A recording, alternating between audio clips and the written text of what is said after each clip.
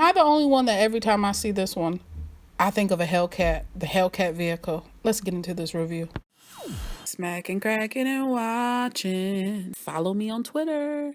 Subscribe. Krypton season 1 episode 2. This episode is called House of L. First things first, please, you guys, hit like, comment, subscribe. Thank you for supporting my channel. I appreciate you. What I like about this show is it's a show about the rankless, the haves, the have-nots. It's about honor, legacy, family, violence, love too, man. Revenge at the end of the day. If I didn't say, did I say honor? I hope I did. Because you're trying to hold your family down and still protect your legacy and still find the legend within yourself. That's what we like about Seg. That's what we love about Lida. I don't know why I always mess up her name for some reason. Let's talk about this fight out the gate. The fight. Last episode, we saw an epic battle between mother and daughter, and Zod stabbing her daughter, Jaina stabbing her daughter in the hand, telling her no mercy. There's no mercy. And then in this episode, she has this epic battle for the commander position, and she had no dang on mercy. She snapped his head. Clap! I said, oh, snap. It was horrible. It was horrible, but she did it, and she won, and she got the slot. Her mother was worried at the same time.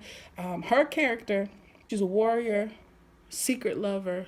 She's a daughter who is trying to please her mother, but still be her own person at the end of the day, which sucks because she's also in her mother's shadow no matter what she does, because her mom's such a boss about this whole situation. Now, here's my question. Is this marriage thing going to actually happen? I don't know. Y'all drop a comment below. Seg is in love with Lita, right?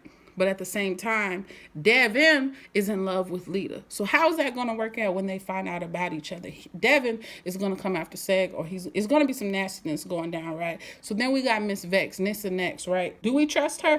I didn't trust her even before she played the whole ashes to ashes, dust to dust situation with the engraved didn't trust her. This whole forceful marriage, I knew she was dirty. I guess our bad guys would have to be, if we had to have bad guys, villains or whatnot in this situation, it's going to be Darren, it's going to be Brainiac. Darren probably would die before he's on board. He's there. Adam Strange. Can we talk about Adam right quick? Planet Detroit, aka Planet Earth. The only way we can tell the present time is through wardrobe in this TV show. Definitely jeans, the Detroit Tigers hat, and the futuristic Matrix almost attire that they wear throughout this show. We love it. We like it. It's cool. Adam Strange character, he reminds me of the host from the Legends of the Hidden Temple. Do y'all remember that? It's like not cheesy, but soap opera-ish at the same time, but he's telling us everything along the way, because this show is a fight against the clock. This is a time-ticking situation because Brainiac is there, and once that cape disappears, it's over. How do y'all feel about the logo situation, that Superman S on your chest? When they cut it off in the pilot episode number 1, when they snatched off his family's crest, you know what I mean, the brand, it was disrespectful. And it's like, dang, no one cared about how the L family felt. And now Seg had this position of, look what I have under my sleeve. You don't know what's under my sleeve, right? He's like, yo, I got some tricks up my sleeve. Slides the little weapon out, the knife, cuts off the patch and throws it on the ground. And it's like, yo, how does it feel to you? It's disrespectful, right? But y'all didn't care when it was vice versa. Voice of Ra. It's a chess game. And how crazy and cool is it at the same time to see that golden, 7-8 headed person or thing? Or what is it? Is it a villain?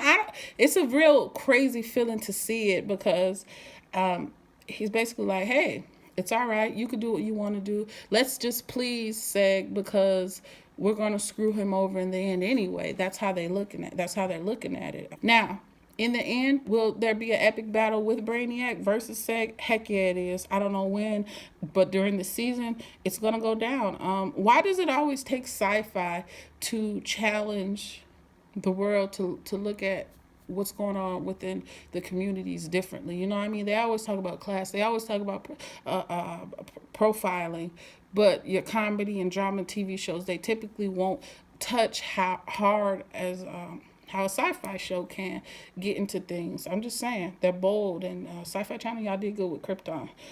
We need an arm clock, y'all. Don't call them watches no more. Call them an arm clock. The blood dripping at the fortress, that was kind of crazy because it was a way to ignite it all. And Granddad returned as a copy projection but he was warning his kid. He was preparing him for what was ahead, to see the whole crib, his whole total in complete disarray, just everything everywhere, and people knocking on the door, kind of peeking in. A nosy Rosie, the nosy neighbor, just looking in like, y'all okay? Oh, your family was so good to mine. And we saw the little girl, and it made me think,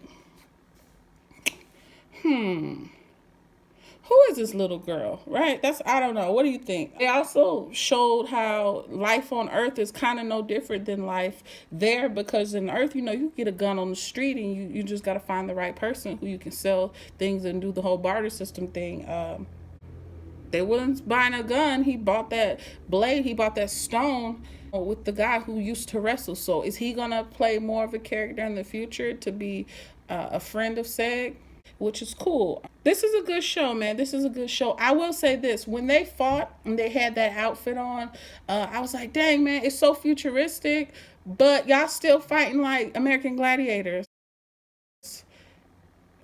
Yeah, you have a cool tattoo. Yeah, you're a gangster, cold-hearted, cold-blooded commander, but you look like 1982.